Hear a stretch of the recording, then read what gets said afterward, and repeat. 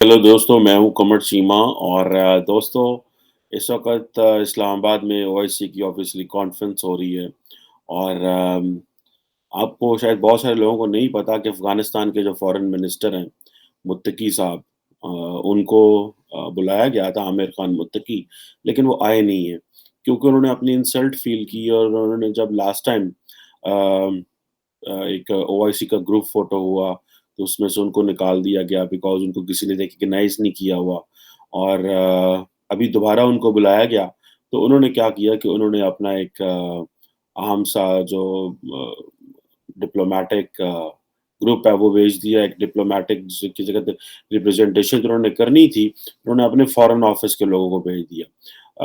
अभी क्योंकि एक ह्यूमैनिटेरियन अफ़ेयर्स जो है, उसके तहत लास्ट टाइम भी ओआईसी की कॉन्फ्रेंस हुई, लेकिन आप इमेजिन करें कि अफ़गानिस्तान कितनी टफ डिप्लोमेसी करता है या अफ़गानिस्तान कितना टफ खेलता है कि उन्होंने पाकिस्तान की इज़्ज़त भी नहीं रखी, उन्होंने ओआईसी की भी परवाह नहीं की, उन्होंने कहा जी आप हमें रिकॉग्नाइज़ ही नहीं करते, हम क्यों आपके इसमें आएँ? खैर ये तो एक छोटी-सी ज़िमनी बात है, लेकिन बड़ी बात ये है कि ओआईसी की कॉन्फ्रेंस हो रही है इस्लामाबाद में। क्वेश्चन तो ये आता है कि क्या ओआईसी जो है किस हद तक कामयाब रही और ये क्या करेगी? अब देखिए मुस्लिम दुनिया को चैलेंजेस क्या हैं, उनको कैसे ठीक करना है, ये सारे के सारे ओआईसी के जो ममालिक यहाँ पे आए हुए हैं, सारे के सारे ममालिक, they have excellent relationship with the Israelis, many of them, and all of them have an excellent relationship with India, जो कि बुरी बात नहीं है, अच्छे ताल्लुकात होने चाहिए। But the point is कि will someone stand up for with Pakistan for Kashmir? No. Will someone stand up for Palestine? No. ये सिर्फ़ और सिर्फ़ वो एक जमा खर्च वाला खाता जो है ना वो है।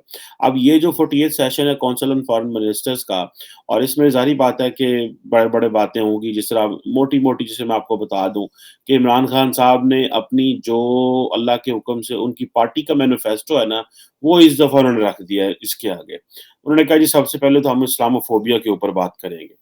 ठीक है जनाब, इस्लामोफ़ोबिया के ऊपर बात करेंगे और इस्लामोफ़ोबिया को जो है हम वो दबाएँगे और ये जनाब मुसलमान ज़्यादती करते हैं मुसलमानों के साथ जो ज़्यादती होती है इसके ऊपर हम बात करेंगे।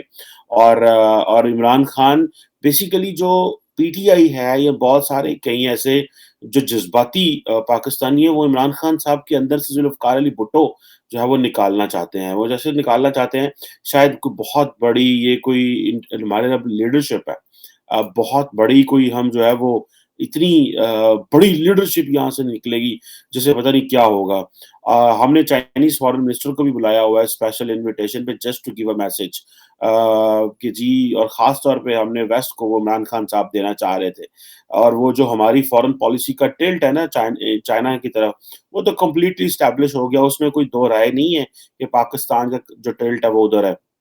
और दूसरी बात ये है कि ओआईसी के इसमें जिसे कहते हैं हमने यूरोपियन यूनियन को भी बुलाया, यूएन को भी बुलाया, अमेरिकन्स को भी बुलाया, रशियन फेडरेशन को बुलाया। सब आए हुए हैं वहाँ पे, अपने-अपने नुमाइंदगान उन्होंने भेजे हुए हैं, बिकॉज़ वो देखना चाह रहे थे। लेकिन क्या कोई इसमें से कोई डेवलपमेंट होगी? क्या यमन में हुआ, लीबिया में हुआ, सूडान में, सोमालिया में, सीरिया में, क्या वहाँ पे चीज़ें डिस्कस की जाएँगी वहाँ पे क्या हो रहा है? क्या मुसलमान एक ट्रुथ एंड रिकॉन्सिलिएशन कमीशन बना सकते हैं, जिसे एक्चुअली एस्टेब्लिश किया जा सके, कि भई करेंगे क्या मुसलमान? जो यमन में हुआ है, जो सीरिया में हुआ है, जो बाकी में इराक में हुआ है, जो अफ़गानिस्तान में हुआ है, उसके ऊपर एक कोई ऐसा निज़ाम मैकेनिज़्म एस्टेब्लिश किया जा सकता है, जिससे हमें ये पता चल सके कि मुसलमानों की क्या गलतियाँ-कोताहियाँ हैं? इस्लामोफ़ोबिया पे हमने जो रख ली है वहाँ पे कि जनाब ये तो हमने डिस्कस ही करना है ना।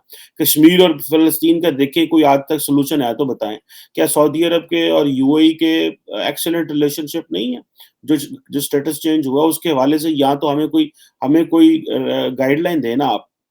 या तो हमें गाइडलाइन दें, बताएँ कि भई हाँ, ये है आज के बाद हमने ये करना है। अब पाकिस्तान ओआईसी का सपोर्टर है, अब हमारे पास एक ही प्लेटफ़ॉर्म बचा है मल्टीलैटरल और वो ओआईसी है।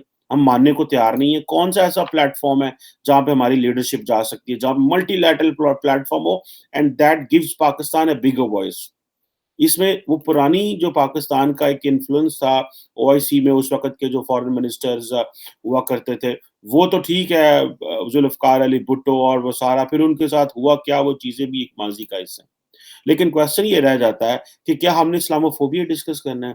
क्या हमने ये डिस्कस करना है कि जी जो मुसलमान मुल्कों से लूटा हुआ पैसा वेस्ट में चला जाता है, क्या कोई मुसलमान मुल्क उसके ऊपर बात कर सकेगा?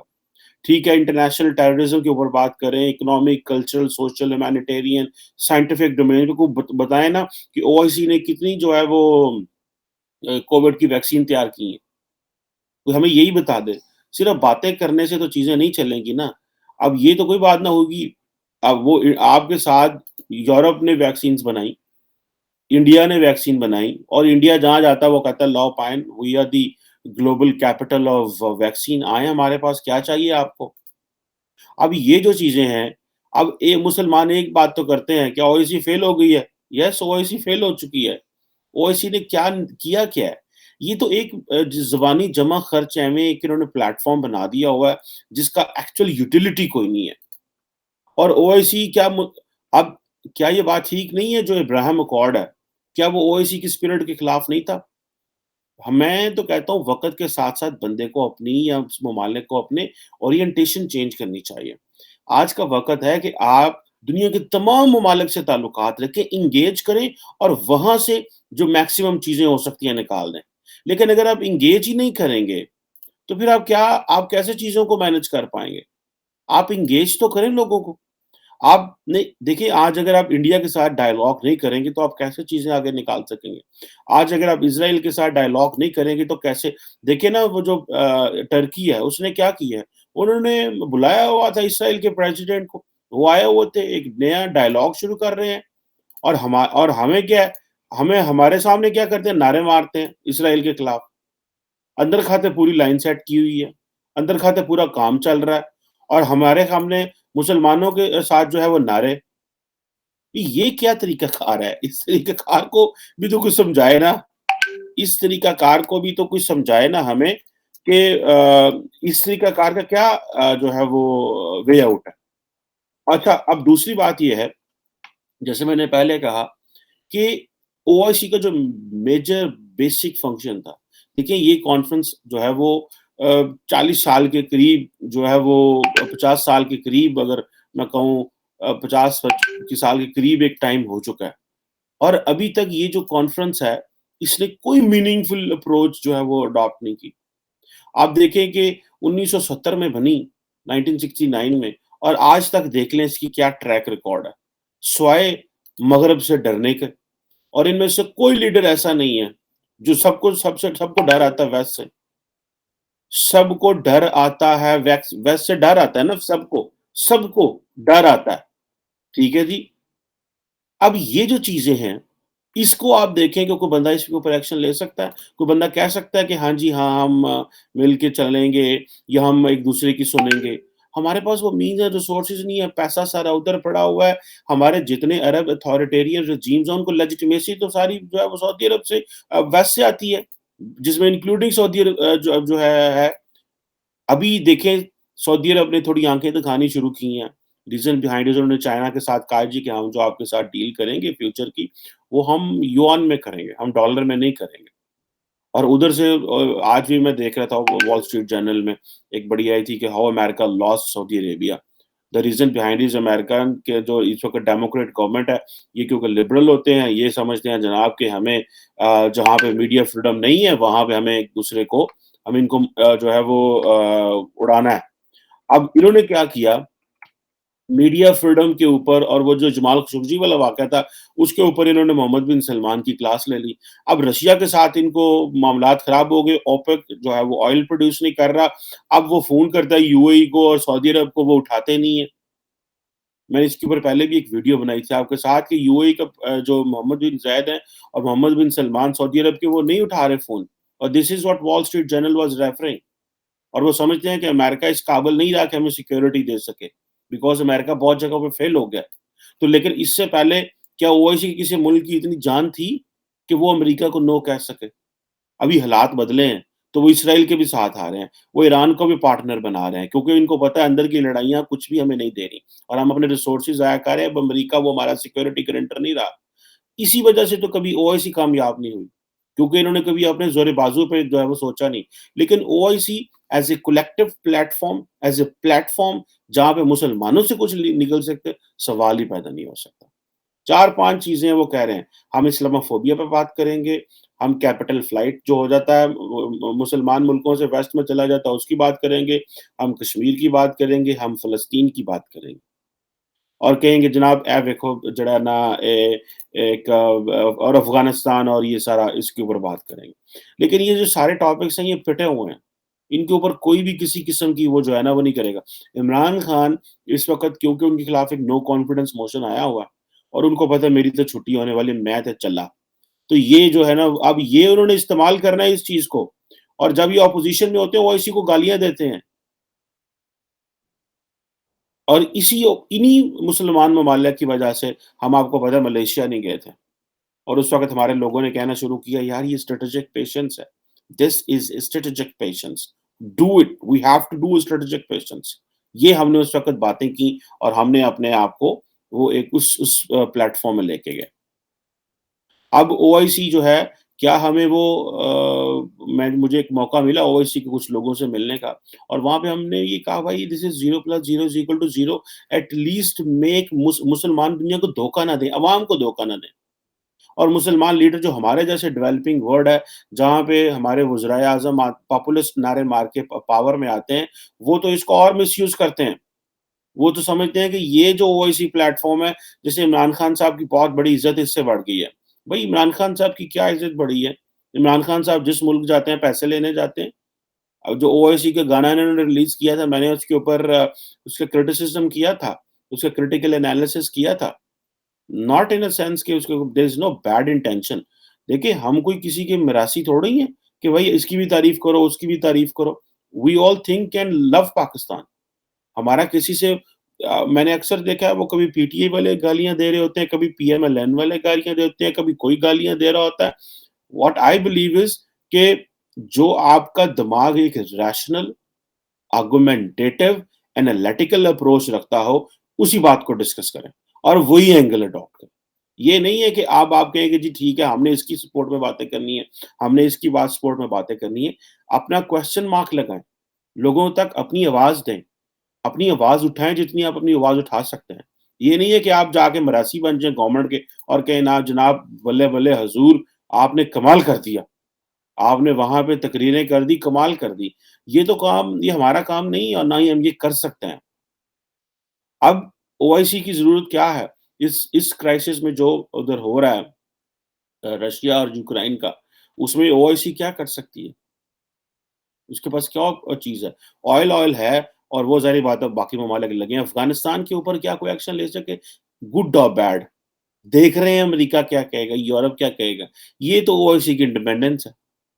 ओआईसी की इतनी इंडिपेंडेंस है कि अफ़गानिस्तान को रिकॉग्नाइज़ नहीं किया, अफ़गानिस्तान का फॉरेन मिनिस्टर आमिर मुत्तकी, मैं तो समझता हूँ फिर भी वो गैरत वाला शख्स है, वो नहीं आया। उसने कहा मैंने उधर क्या लेके जाना है? मुझे ये बाहर निकाल देते हैं तस्वीर खींचने वाले के लिए वक़्त। तस्वीर खींचने के वक़्त बाहर निकाल देते हैं, बाकी हमें वो आखिर में जगह दी हुई होती है। तो हमें ये दे क्या रहे हैं और हम इनके लिए क्यों जाएँ वहाँ पे? गैरतमंद बंदा है वो, मैं तो उसको समझता हूँ। और हम ह वो आया नहीं है इसीलिए आज। उसने कहा मैं उत्थे जाके की करना है? इन्हें मैनू देना की है? और मोहम्मद बिन सलमान साहब जो हैं या बाकी जो यूएई की जो लीडरशिप है, उनको पता है कि सारे के सारे मुस्लिम दुनिया तो हम पर डिपेंड करती है। ईरानी सारा टाइम हमें जो है वो बुरा-भला कहते हैं। कोई हमारी ईरान के साथ अच्छी दोस्ती नहीं है। हमारे बॉर्डर पे मुल्क ईरान है। हमारा एक इस्लामिक मुल्क है।